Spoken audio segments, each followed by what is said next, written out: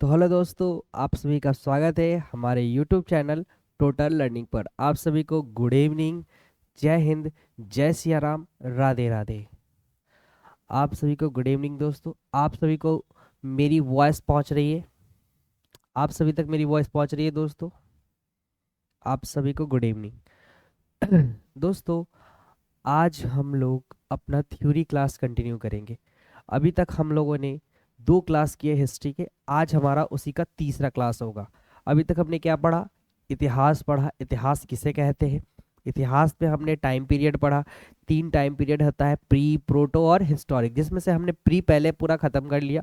Proto हम लोग पढ़ रहे थे। प्रोटो में हमने क्या स्टार्ट किया था? सिंधु घाटी की सभ्यता, जिसमें से हमने हड़प्पा पढ़ा था सिर्फ। सिंधु घाटी की पढ़ी थी, कैसे खोज हुई, उसके बाद हमने हड़प्पा पढ़ा था। आज हम लोग सिंधु घाटी सभ्यता के अगले स्थल के बारे में पढ़ेंगे ना, स्थल अगले नगर के बारे में। अगला नगर जो होगा, हड़प्पा तक हमने कर लिया था, अगला हमारा होगा मोहेंजोदड़ो। तो चलिए शुरू करते हैं। सभी लोग अपनी कॉपी में हेडिंग डाल लें, सिंधु घाटी की सभ्यता, और अगला नगर जो है हमारा क्या है? अगला नगर हो जाएगा दोस्तों हमारा मोहेंजोदड़ो।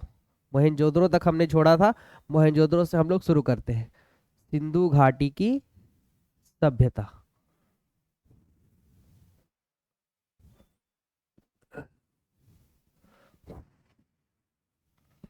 अब क्यों कहते हैं इसे हड़प्पा सभ्यता भी कहते हैं, ये सब पहले भी डिस्कस हो चुका है।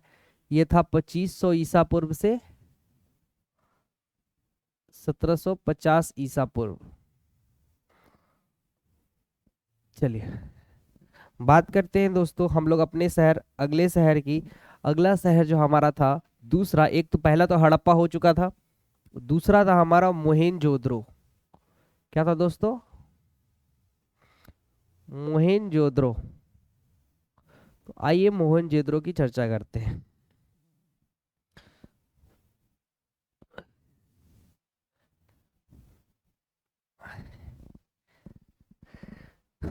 चलिए दोस्तों बात करते हैं मोहनजोदड़ो की। देखिए मोहनजोदड़ो को हम लोग एक अन्य नाम से जानते हैं, इसे हम लोग मृतकों का टीला कहते हैं। क्या कहते हैं? मृतकों का टीला। क्या कहते हैं? मृतकों का। मोहनजोदड़ो को हम लोग किस नाम से जानते हैं? मृतकों का टीला। इसे इंग्लिश में बोलते हैं माउंड ऑफ डेड। क्या बोलते हैं? Mound of dead. अंग्रेजी में इसे माउंड ऑफ डेड कहा जाता है। अब इसे माउंड ऑफ डेड क्यों कहा जाता है, मृतकों का टीला क्यों कहते हैं? देखिए जब इस शहर की खुदाई हुई ना, तो यहाँ इस शहर पे एक नहीं कई लाशें मिली। और वो लाशें जो थी वो एक नहीं हजारों की संख्या में थी, और वो एक व्यवस्थित ढंग से नहीं थी। व्यवस्थित का मतलब होता है, एक अगर व्यक्ति मर जाए, अगर उसको समाधि दिया, अगर उसको दफनाया जाए, तो एक सही पोर्शन में उसे दफनाया जाता है। लेकिन ऐसा नहीं था। यहाँ पर जितने भी कंकाल थे, किसी का सर गायब है, किसी का हाथ गायब है, किसी का पैर गायब है, किसी की पूरी बॉडी गायब है।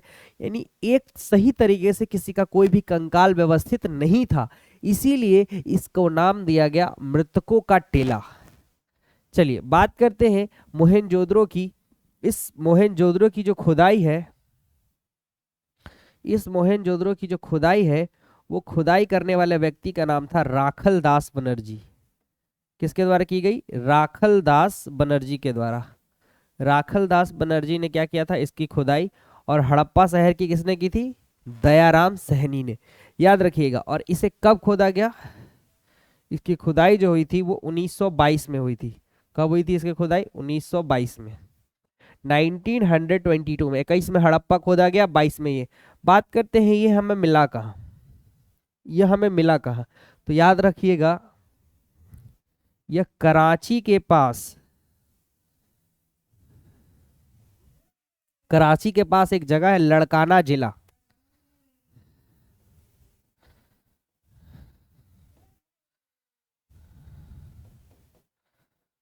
सिंधु नदी के किनारे मिला। कौन सी नदी के किनारे? सिंधु नदी के किनारे मोहेंजोदड़ो शहर मिला। तो याद रखिएगा, मोहेंजोदड़ो शहर कहाँ पे मिला? तो कराची में, सिंधु नदी के किनारे। अभी वर्तमान में पाकिस्तान में हुआ ना जी। कराची तो पाकिस्तान में है, तो याद रखिएगा ये किस नदी के किनारे मिला है, सिंधु नदी के किनारे। तो मैं यहाँ पे लिख देता हूं नदी सिंधु। कौन सी नदी थी, सिंधु नदी के किनारे, और यह अभी प्रेजेंट में पाकिस्तान में है। बात करें, यह जो नगर था, यह जो नगर था, यह सिंधु घाटी सभ्यता का सबसे बड़ा शहर था। ध्यान से सुनिएगा, यह जो नगर था सिंधु घाटी सभ्यता का सबसे बड़ा नगर, यानी जो भी नगर प्राप्त हुए उस नगरों में यह क्या था, सबसे बड़ा। तो सिंधु घाटी सभ्यता का सबसे बड़ा शहर कौन था, मोहेंजोदड़ो इस सभ्यता का सबसे बड़ा शहर था। देखिए अब यहाँ पर इसे खुदाई हुई, अब खुदाई में कुछ ना कुछ मिलेगा, तो आइए देखते हैं इसमें खुदाई में क्या क्या प्राप्त हुआ। अब खुदाई हुई तो इसकी खुदाई में क्या क्या हमें मिला ये देखते हैं। अब मोहेंजोदड़ो की खुदाई कर रहे हैं राखल दास बनर्जी जी, खुदाई कर रहे हैं तो कुछ ना कुछ तो मिलेगा। तो आइए बात करते हैं यहाँ पर हमें क्या क्या मिला। यहाँ पर हमें मिला दोस्तों पुरोहित आवास। पुरोहित आवास का मतलब होता है पंडितों के रहने के लिए घर। इसका यानी वैसे वैसा घर जहां पर क्या लगते हैं, पंडित लोग। तो यहाँ मतलब पंडितों के लिए।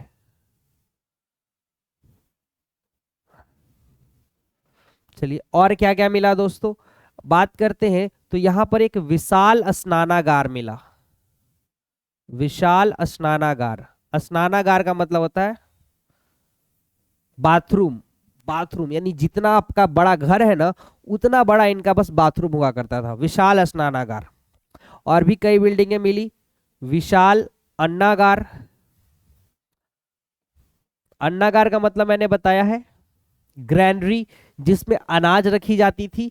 और आश्चर्यचकित बात है कि यह जो अन्नागार है ये पूरी सिंधु सभ्यता का सबसे बड़ा इमारत था। ये पूरी सिंधु सभ्यता का क्या थी, सबसे बड़ी इमारत।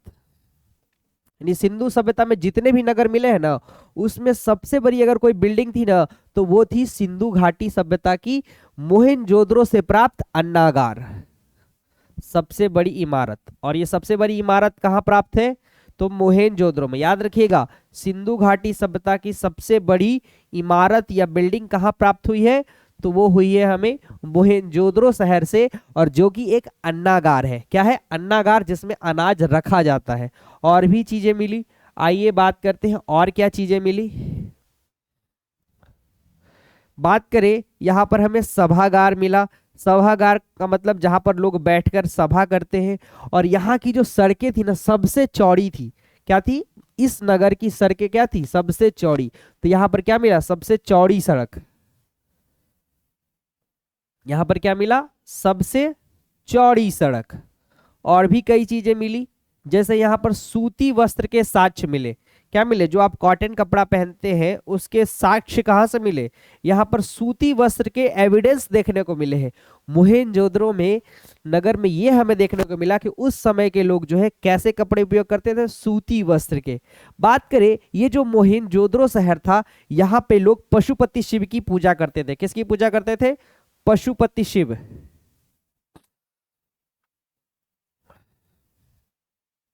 याद रखिएगा, यहाँ के लोग किसकी पूजा करते थे, पशुपति शिव की। देखिए यहाँ पर और भी कई चिन्ह मिले। यहाँ पर स्वास्तिक चिन्ह भी मिला है, जैसे हड़प्पा में भी स्वास्तिक चिन्ह मिला था, यहाँ भी क्या मिला है, स्वास्तिक चिन्ह। स्वास्तिक चिन्ह के प्रमाण जो है हमें हड़प्पा से भी देखने को मिलते हैं, मोहेंजोदड़ो से भी देखने को मिलते हैं। और यहाँ पर एक और खास चीज मिली, यहाँ पर एक नर्तकी की मूर्ति मिली, कांसे की नर्तकी की मूर्ति। कांसा एक प्रकार का धातु है, कांसे की नर्तकी की मूर्ति मिली थी। किसकी मूर्ति मिली थी, कांसे की नर्तकी की मूर्ति। ये सब हमें कहां से मिला, ये सब हमें मिला दोस्तों हड़प्पा से, सॉरी मोहेंजोदड़ो से। तो बात करें मोहेंजोदड़ो से हमें क्या क्या मिला, क्या आ रहा है भाई, मोहेंजोदड़ो की खुदाई हुई तो उस खुदाई को करने वाले कौन थे, राखल दास बनर्जी। कहाँ किया, पाकिस्तान के कराची के लड़काना जिले में सिंधु नदी के किनारे हमें यह शहर मिला। और इसकी खुदाई 1922 में की गई, जिससे प्राप्त हमें क्या क्या हुआ, पुरोहित आवास, जिसे पंडितों के रहने के लिए घर था, विशाल स्नानागार, विशाल अन्नागार, और ये अन्नागार सिंधु घाटी सभ्यता का सबसे बड़ा बिल्डिंग था। इसमें सभागार मिला जहां पे लोग बैठ के सभा हुआ करते थे। इस सभ्यता, इस नगर की सड़कें जो थी सबसे चौड़ी थी। सबसे चौड़ी सड़क कहाँ हमें देखने को मिलती है, मोहनजोदड़ो में। इसमें सूती वस्त्र के प्रमाण मिले। यहाँ के लोग पशुपति शिव की पूजा करते थे। यहाँ पर हमें स्वास्तिक चिन्ह के परिमाण प्रणाम मिले सॉरी प्रमाण मिले, और यहाँ पर कांसे की नर्तकी की एक मूर्ति भी मिली है। और ये सब देखने से हमें पता चलता है कि यहाँ पर क्या था, ये एक प्रकार का धार्मिक शहर है। देखो तो यहाँ पर पंडित लोग रह रहे हैं, यहाँ पे पूजा हो रही है, तो ये एक प्रकार का क्या था, धार्मिक शहर था। क्या था, धार्मिक शहर। चलिए नेक्स्ट हम लोग, ये हो गया आपका सिंधु घाटी सभ्यता का क्या था, ये सबसे बड़ा नगर था, ये भी याद रखिएगा। ये सिंधु घाटी सभ्यता का क्या था, सबसे बड़ा नगर। चलिए ये हो गया आपका, ये से क्या क्या प्राप्त हुआ ये हमने देखा। अब हम लोग बढ़ते हैं दूसरे शहर की ओर। अल्लाह जो शहर रहेगा दोस्तों, हमने पहला हड़प्पा देखा, दूसरा हमारा क्या हो गया, मोहनजोदड़ो। अब हम लोग बढ़ेंगे तीसरे शहर की ओर।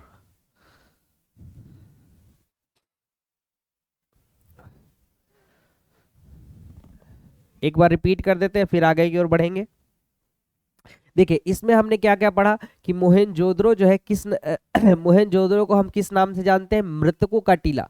क्यों कहते थे, क्योंकि यहाँ पर एक नहीं कई हजार लाशें मिली, और सब सुव्यवस्थित व्यवस्थित नहीं थी। यानी किसी का शरीर गायब है, किसी का पेट गायब है, किसी का शरीर गायब नहीं, बॉडी का हिस्सा गायब है, किसी के हाथ नहीं है, किसी के पैर नहीं है, किसी का सर नहीं है, यानी जैसे तैसे बिखरे हुए कंकाल पड़े हुए थे, जिससे ये इनका नाम क्या पड़ा, मृतकों का टीला। बात करें मोहनजोदड़ो की खुदाई कब हुई, 1922 में। करने वाले व्यक्ति राखल दास बनर्जी। उन्होंने कहा किया खुदाई, कराची के लड़काना जिले में। वहां पर सिंधु नदी के किनारे एक नगर प्राप्त हुआ जिसका नाम था मोहनजोदड़ो, और ये पूरी सिंधु सभ्यता का सबसे बड़ा नगर था। अब खुदाई हुई, खुदाई में इसमें कई चीजें मिली, जैसे पुरोहित आवास मिला, पंडितों के रहने के वाला घर। दूसरा विशाल स्नानागार, यानी जितना बड़ा आपका घर है उतना बड़ा इनका बाथरूम हुआ करता था। बहुत बड़ी एक अन्नागार मिली जहां पर अनाज रखा जाता था, और ये सिंधु घाटी सभ्यता की सबसे बड़ी बिल्डिंग थी। और क्या क्या मिली, सभागार मिला, लोगों के सभा करने की जगह। सबसे चौड़ी सड़क, यानी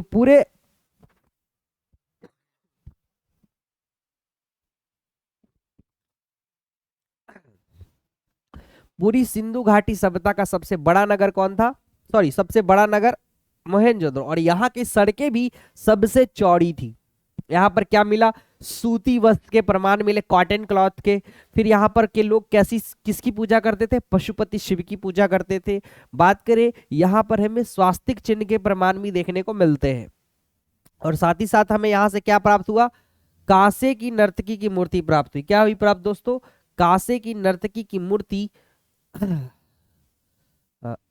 एक डांस फॉर्म में है, जिसमें जो कि कांसे का बना हुआ था। वहां से हमें ये एक मूर्ति मिली जो कि एक तांबे की बनी हुई थी।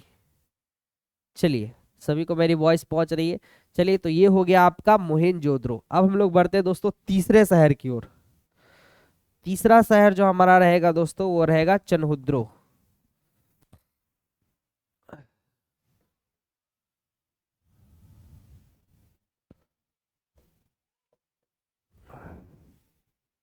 तीसरा शहर हमारा क्या रहेगा दोस्तों, चनहुद्रो। ये 1931,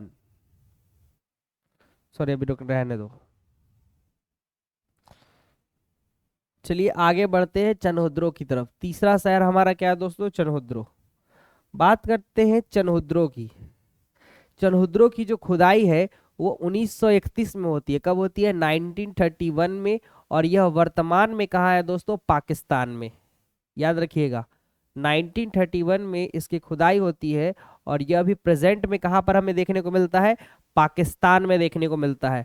बात करें इसकी खुदाई करने वाले व्यक्ति का नाम क्या था, इसकी खुदाई किसके द्वारा की गई दोस्तों, जो ये स्थल है, ये जो नगर है चनहुद्रो, इसकी खुदाई करने वाले व्यक्ति का नाम था गोपाल मजुमदार। क्या नाम था इनका? गोपाल मजुमदार, ये इनका नाम था। गोपाल मजुमदार इनका क्या था दोस्तों? नाम था। बात करें यह कहाँ मिला, यह हमें सिंधु नदी के तट पर मिला। कहाँ मिला? सिंधु नदी के तट पर। यानी अभी तक हमने 3 नगर पढ़े, तीनों के तीनों नगर अभी हमें कहाँ मिले? पाकिस्तान। सिंधु भी कहाँ, सॉरी, हड़प्पा भी कहाँ था? पाकिस्तान में। ये मोहेंजोदड़ो भी कहाँ मिला? पाकिस्तान में। ये चनहुद्रो भी हमें कहाँ देखने को मिल रहा है? पाकिस्तान में। चलिए ये तीनों के तीनों हमें कहाँ देखने को मिले? पाकिस्तान में देखने को मिले। आइए आगे बात करते हैं। देखिए यह जो चनहुद्रो था ये एक औद्योगिक शहर था। क्या था दोस्तों? यह जो चनहुद्रो था यह एक औद्योगिक शहर था। क्या था? इंडस्ट्रियल एरिया था। क्या था? औद्योगिक शहर। औद्योगिक शहर कैसे था भाई? औद्योगिक शहर या फिर इंडस्ट्रियल इंडस्ट्रियल सिटी था। कैसे? क्योंकि यहाँ पर बहुत सी चीजें बनाई जाती थी। क्यों? आइए पता करते हैं। जब यहाँ की खुदाई की गई, जब यहाँ की खुदाई की गई तो जानते हो यहाँ से क्या मिला? यहाँ से जो चीजें मिली वो चीजें थी महिलाओं से संबंधित। यहाँ से कैसी चीजें मिली? यहाँ से जो चीजें मिली वह चीजें वो वस्तुएं जो थी वो महिलाओं से संबंधित थी। अब बताओ भाई महिलाओं से संबंधित क्या क्या चीजें मिल सकती हैं जो कि एक उद्योग का काम करेगी? महिलाओं को जो चीजें चाहिए वो बनेगी।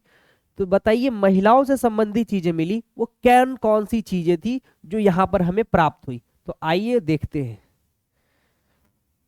तो ध्यान से देखिएगा हमें यहाँ पर क्या क्या मिला। दोस्तों हमें यहाँ पर मेकअप की सामग्रियां मिली। क्या मिली? मेकअप, महिलाएं मेकअप करती है तो मेकअप की सामग्रियां, लिपस्टिक, लिपस्टिक हो गया और भी कई चीजें, पाउडर, ये सब हमें कहाँ मिला? मेकअप की सामग्रियां यहाँ पर हमें मिली। यहाँ पर हमें लिपस्टिक मिला, लिपस्टिक मिला, गुड़िया मिला, लिपस्टिक, गुड़िया, लिपस्टिक, मेकअप की सामग्रियां मिली, लिपस्टिक मिला, गुड़िया मिला, शीशा मिला। अब बताओ, शीशा मिला, सुई धागा मिला। अब बताओ सुई धागा का उपयोग ज्यादातर कौन करती है? महिलाएं करती है। सुई धागा, और साथ ही साथ एक चीज मिली, वो मिली अलंकृत मनका। अलंकृत मनका के साक्ष्य मिले। देखिए अलंकृत मनका का मतलब होता है, मनका का मतलब क्या होता है? घड़ा। और घड़े पर जब पेंटिंग कर दी जाए तो वो होता है अलंकृत मनका। तो यहाँ की जो खुदाई हुई इसमें हमें मेकअप की सामग्रियां जैसे लिपस्टिक और भी कई चीजें मिली। यहाँ पर गुड़िया मिला, लोग महिलाएं महिलाएं बच्चियां गुड़िया से खेलती होंगी, गुड़िया मिला। शीशा का प्रमाण मिला, सुई धागा का प्रमाण मिला, अलंकृत मन का यानी वैसा घड़ा जिसमें पेंटिंग वेंटिंग होता है। ये सब काम कौन करती थी? महिलाएं करती थी। तो यहाँ पर कैसी वस्तुएं मिल रही है? देखिए तो महिलाई से संबंधित वस्तुएं मिल रही हैं। देखिए ये सब कहीं ना कहीं बनता होगा। तो ये सब यहीं पर बन रहा, इसलिए इसका नाम दे दिया गया औद्योगिक शहर। क्या दे दिया गया?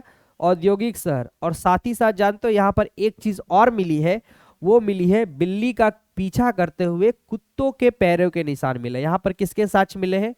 बिल्ली का पीछा करते हुए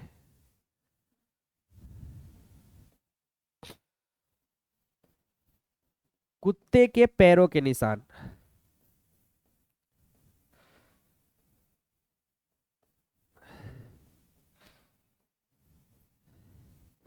यानी यहाँ पर इतनी चीजें प्राप्त हुई है। देखो बिल्ली आगे आगे भाग रही है, उसके पीछे पीछे कौन भाग रहा है? कुत्ता। और इसके पैरों के निशान हमें कहाँ से मिलते हैं? चनहुद्रों से मिलते हैं। तो याद रखिएगा चनहुद्रों की खुदाई 1931 में, वर्तमान में पाकिस्तान में। खुदाई करने वाले व्यक्ति का नाम गोपाल मजुमदार। मिला कहाँ? सिंधु नदी के किनारे। ये क्या है? एक औद्योगिक शहर था, क्योंकि यहाँ पर जितनी भी चीजें मिली वो महिलाओं से संबंधित थी। जैसे मेकअप की सामग्रियां बनेगी भाई, लिपस्टिक मिला, गुड़िया मिला, शीशा मिला, सुई धागा मिला, अलंकृत मनका मिला यानी कलर की हुई घड़ा घड़ा पेंटिंग किया हुआ, और साथ ही साथ यहाँ पर बिल्ली का पीछा करते हुए कुत्तों के पैरों के निशान तक मिले हैं। चलिए, ये इतनी चीजें थी जो कि चनहुद्रों से प्राप्त हुई। चलिए आगे बढ़ते हैं चौथे शहर की ओर। आप लोग इसे एक बार देख ले, फिर हम लोग बढ़ते हैं आगे की ओर।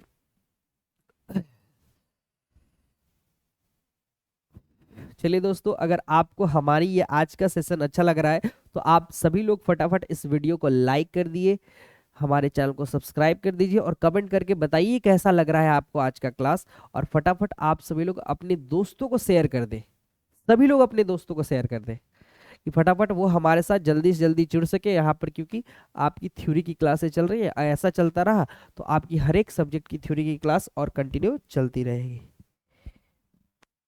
चलिए, पहुंच रही है ना वॉइस? चलिए, वॉइस की कोई प्रॉब्लम नहीं। अगले शहर की ओर बढ़ते हैं दोस्तों। अगला जो हो जाएगा आपका रोपड़ हो जाएगा। अगला क्या हो जाएगा आपका? रोपड़।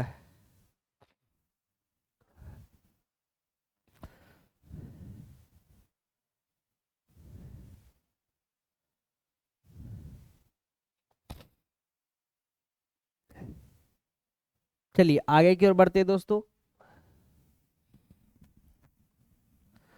अगला जो शहर हो जाएगा आपका वो हो जाएगा रोपड़। देखिए, ये जो है भारत में है। कहाँ है दोस्तों? रोपड़, याद रखिएगा। ये आपको पंजाब में मिलेगा। कहाँ मिलेगा? ये रोपड़ जो नगर प्राप्त हुआ है, ये हमें पंजाब में देखने को मिलता है। कहाँ? पंजाब, याद रखिएगा। चलिए बात करते हैं ये रोपड़ शहर के बारे में। दोस्तों, ये रोपड़ की खुदाई जो है 1953 में हुई, और इसकी खुदाई करने वाले व्यक्ति का नाम था यगदत्त शर्मा। खुदाई किसके द्वारा की गई? याद रखिएगा, रोपड़ की खुदाई जो है यगदत्त शर्मा के द्वारा की गई थी। किसके द्वारा? यगदत्त शर्मा। और ये किस नदी के किनारे मिला? तो ये मिला हमें सतलज नदी के किनारे, और सतलज नदी सिंधु की सहायक नदी है। पता है ना? किस नदी के किनारे मिला दोस्तों? सतलज नदी के किनारे। यह रोपड़ हमें कहाँ मिलता है? पंजाब में है। और 1953 में इसकी खुदाई यगदत्त शर्मा के द्वारा की गई, और यह कहाँ मिला? सतलज नदी के किनारे हमें यह नगर मिला है जिसका नाम है रोपड़। बात करते हैं यहाँ पर कुछ नहीं, यहाँ पर आपको बस यही देखने को मिलता है। यहाँ पे हमें मानव के साथ पालतू जानवर के कंकाल देखने को मिले। क्या मिले हैं? यहाँ मानव के साथ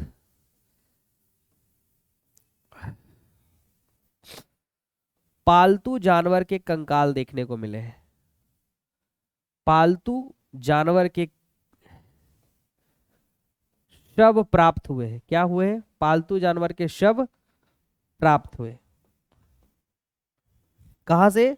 रोपड़ से। यानी मानव के साथ पालतू जानवर के शव प्राप्त हुए। अब बताओ, ये चीजें हमने कहीं सुनी सुनी लग रही है। याद करो, हिस्ट्री का पहला क्लास नवपाषाण काल, याद आया? नवपाषाण काल में हमने पढ़ा था कि मानव के साथ कुत्ते का कंकाल मिला है, और यह जम्मू कश्मीर के बुर्ज होम से प्राप्त हुआ था। याद है? तो यहां पर भी हमें यह देखने को मिला कि पालतू जानवर के साथ मानव का कंकाल मिला है।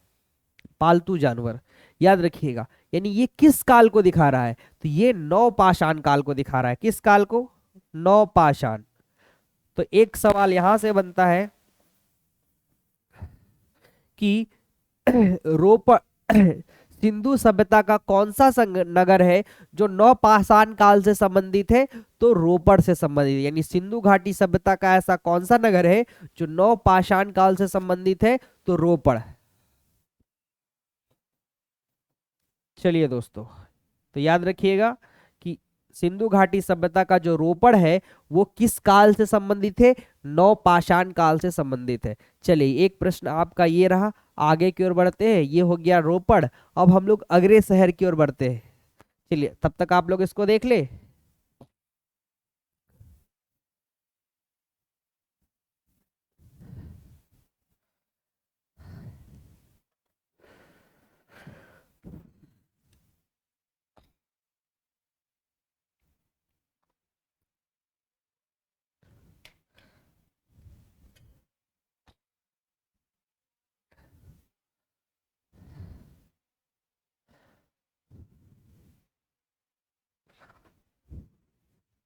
चलिए दोस्तों बढ़े आगे की ओर।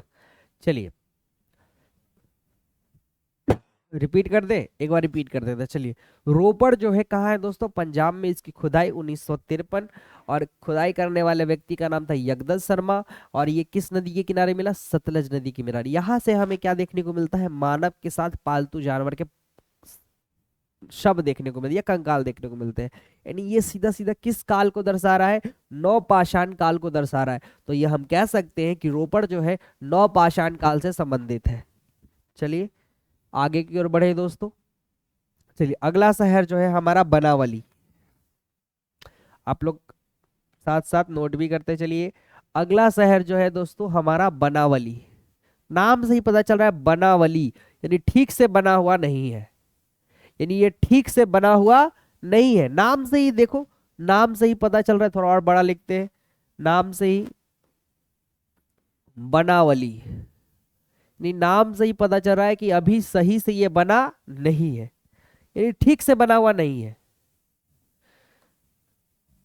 ये बनावली जो था सही से बना हुआ नहीं था। आइए कैसे, चलिए बात करते हैं इसके बारे में।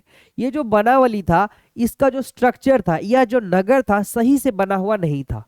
तो पहला पॉइंट, यह नगर सही से बना हुआ नहीं था।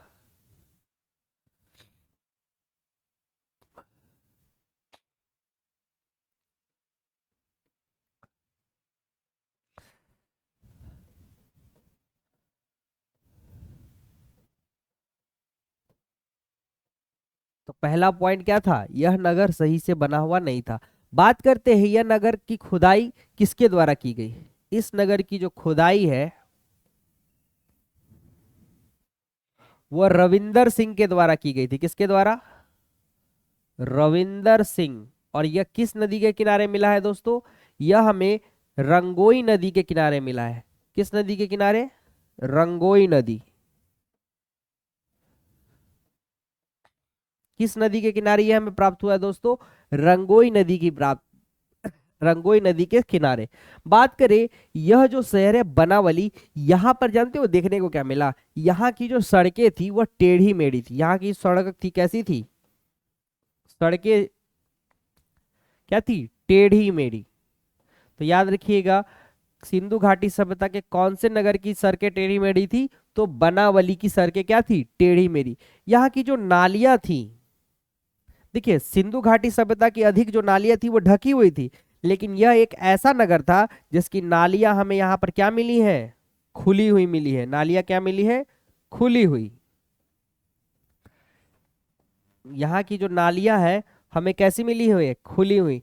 नहीं यहाँ पर कोई जल निकासी की व्यवस्था थी, यानी यहाँ पर जल के निकास की भी कोई व्यवस्था नहीं थी। यानी पानी कैसे निकले?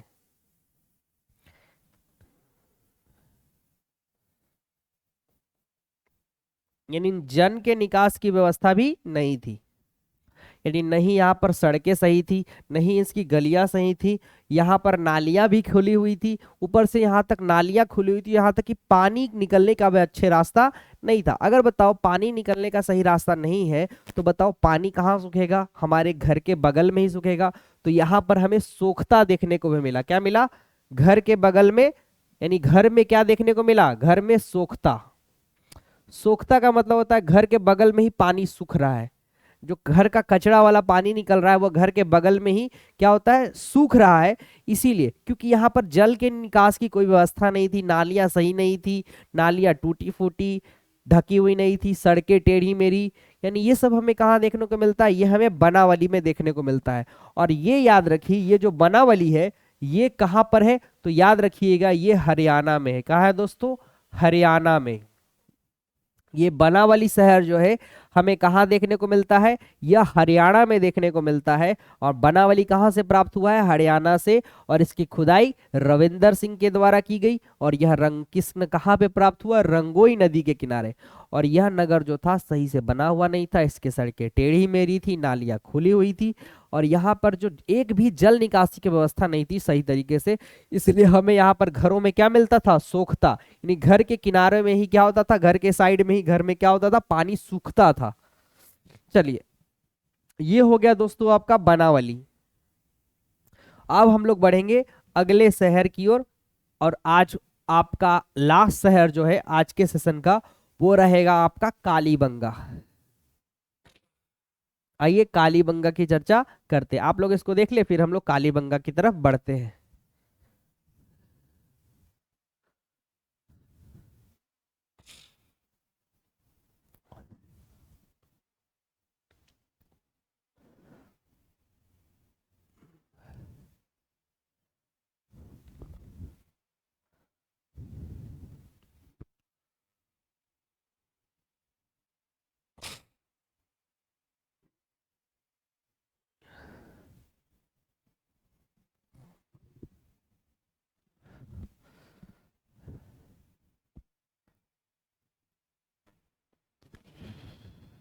चलिए दोस्तों आगे की ओर बढ़ते हैं। लास्ट शहर देखते हैं, उसके बाद आप भी चाहिए आराम करिए, फिर हम भी जाके आराम करते हैं। चलिए आते हैं आखिरी शहर आज का, वो है कालीबंगा। छठवां शहर कालीबंगा, और बड़ा लिखते हैं।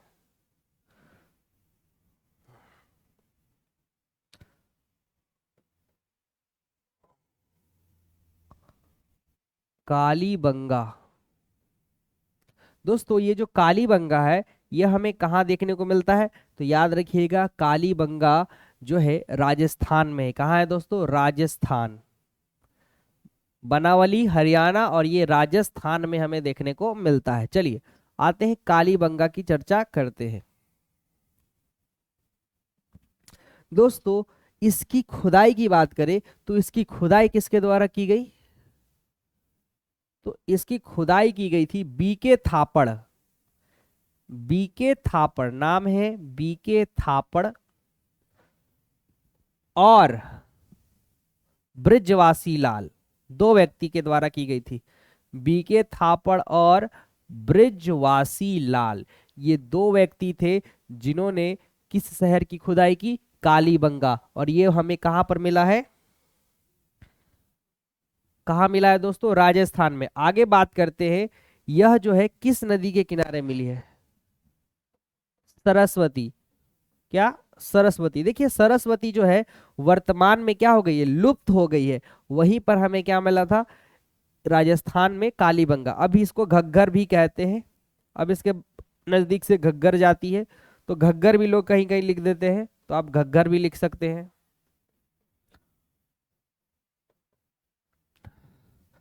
चलिए बात करते हैं घग्गर ना। चलिए बात करते हैं दोस्तों यहां से हमें क्या क्या मिला। तो दोस्तों जब इस जगह की खुदाई की गई तो यहां पर हमें जुते हुए खेत के प्रमाण मिले। क्या मिले? जुते हुए खेत के प्रमाण, यानी जुता हुआ खेत मिला यहां पर हमें। कैसा खेत मिला? जिसकी जुताई हो जाए। अब बताओ खेत का जब जोता गया है तो बिना हल का जोता जाएगा? तो यहां पर हमें हल के भी प्रमाण मिले। क्या मिले? हल के भी। यहां पर हमें एक चीज और मिलता है, यहां पर हमें यज्ञ के प्रमाण मिलते हैं। क्या? यज्ञ के। अब बताओ यज्ञ होगा तो बिना हवन कुंड के तो यज्ञ नहीं होगा, तो यहां पर हमें हवन कुंड का भी प्रमाण मिलता है।